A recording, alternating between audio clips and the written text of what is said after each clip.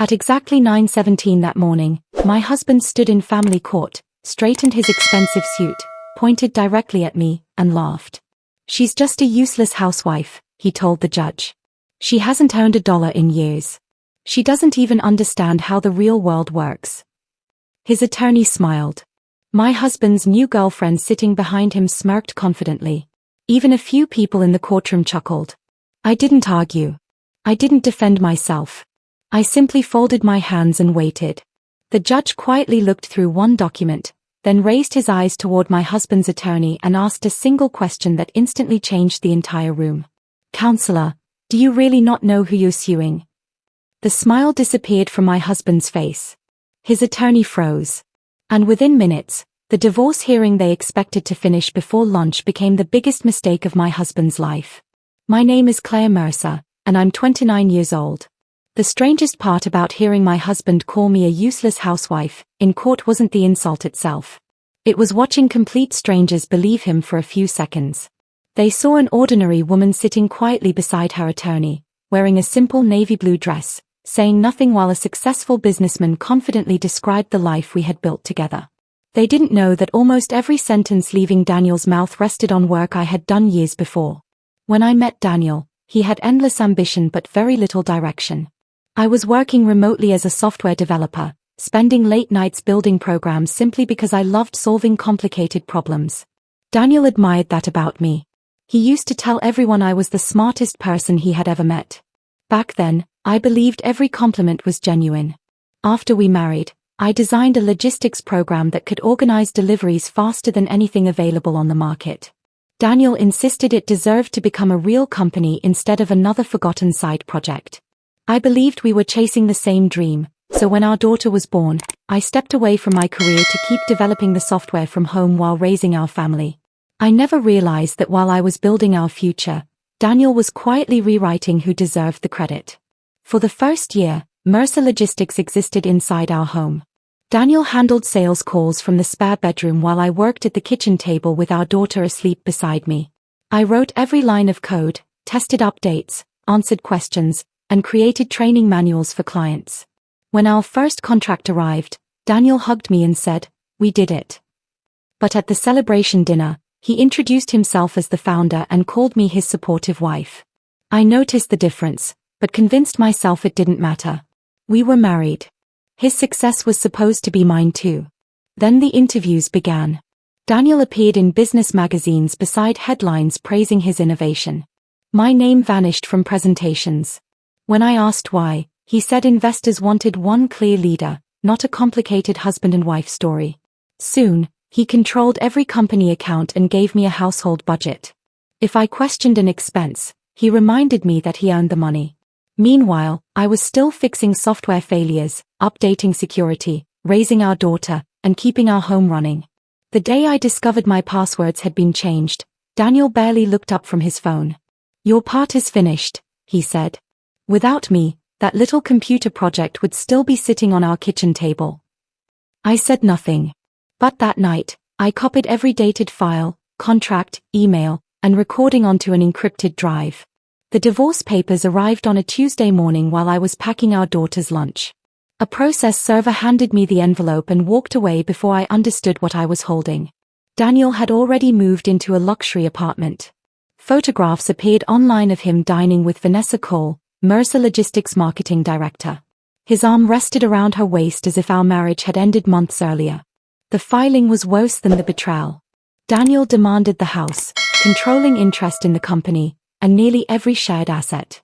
He described me as unemployed, financially dependent, and uninvolved in building Mercer Logistics. Then he offered a small settlement if I surrendered every claim to the business. When I confronted him, he smiled. "Take it, Claire. No judge will believe a housewife built a technology company." My first attorney studied the records and advised me to settle. Daniel's name appeared everywhere. Mine barely appeared at all. So I went home and opened the encrypted drive I had created years earlier. Inside were dated prototypes, source code logs, contracts, presentation videos, and emails in which Daniel repeatedly called the software mine. I also found records suggesting company assets had been transferred weeks before he filed for divorce. That was when I hired Rebecca Shaw, an attorney specializing in intellectual property and hidden marital assets. She reviewed my archive, then looked up. Daniel didn't erase you, she said. He only assumed nobody would look backward. The morning of our first hearing, Daniel arrived looking exactly like the successful executive everyone admired. His tailored suit, expensive watch, and confident smile seemed carefully chosen for the audience filling the courtroom. He shook hands with people, laughed with his attorney, and never once looked in my direction. When the hearing began, his lawyer stood and painted a story that barely resembled my life. According to them, Daniel had built Mercer Logistics through determination, long hours, and business instincts while I stayed home contributing nothing beyond ordinary household chores. Then Daniel took the witness stand. He looked directly toward the judge and said, "Claire was a useless housewife.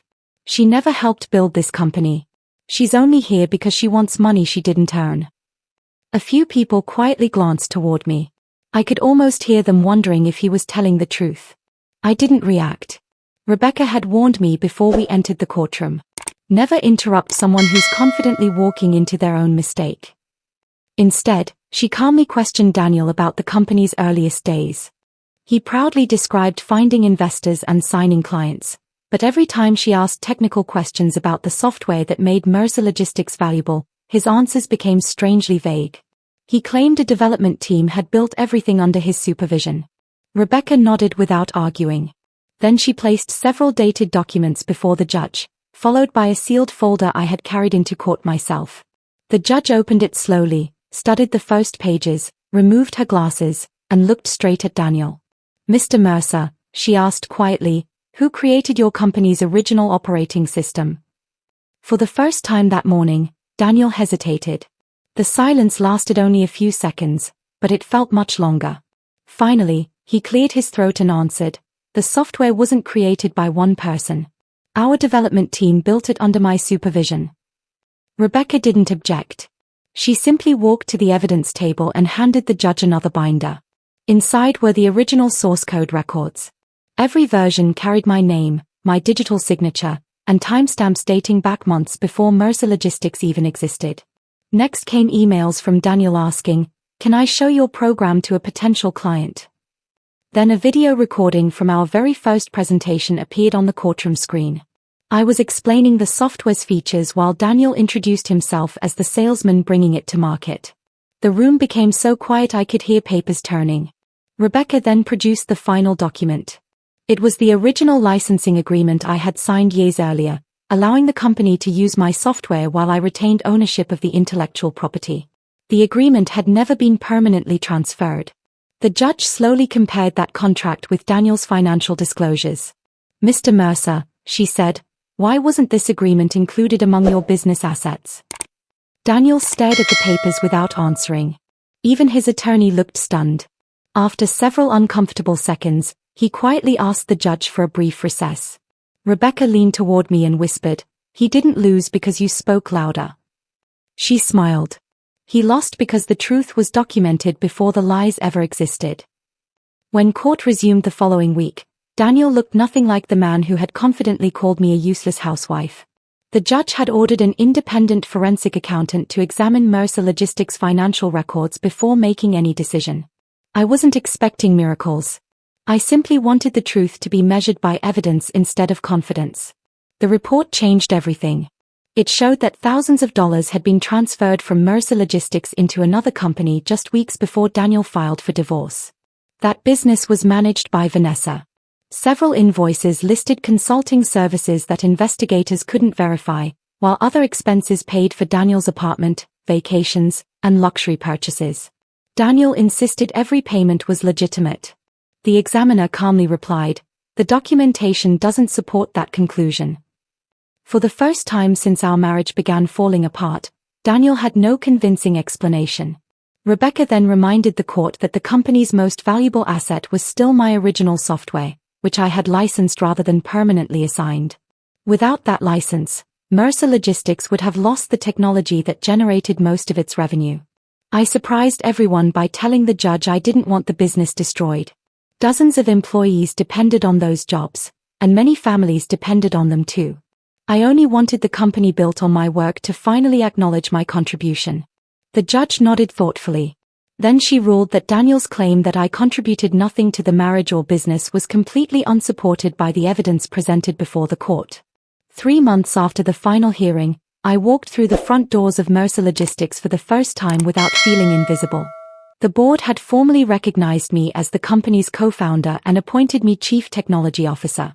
An experienced executive was hired to oversee daily operations, ensuring no single person could ever manipulate the company the way Daniel had. The employees greeted me with genuine respect. Many admitted they had never known who created the software that kept the business running. They thought I had simply been the owner's wife. I didn't blame them. They had only believed the story Daniel spent years telling. My settlement protected my intellectual property, provided a fair division of our marital assets, and established a healthy co-parenting arrangement for our daughter. More importantly, the company adopted transparent financial policies so that honesty became part of its foundation. One afternoon, I stood in the same conference room where Daniel once introduced me as someone who helped around the house. This time, the applause wasn't for a polished speech. It was for the work that had always existed, even when nobody acknowledged it. Looking back, I understand that silence and weakness are not the same thing. For years, I believed supporting my husband meant standing behind him. I was wrong. Real partnership never requires someone to disappear. The judge's question didn't change who I was. It simply forced the truth into the open. Daniel called me a useless housewife. But the evidence proved I had been the architect of his success all along.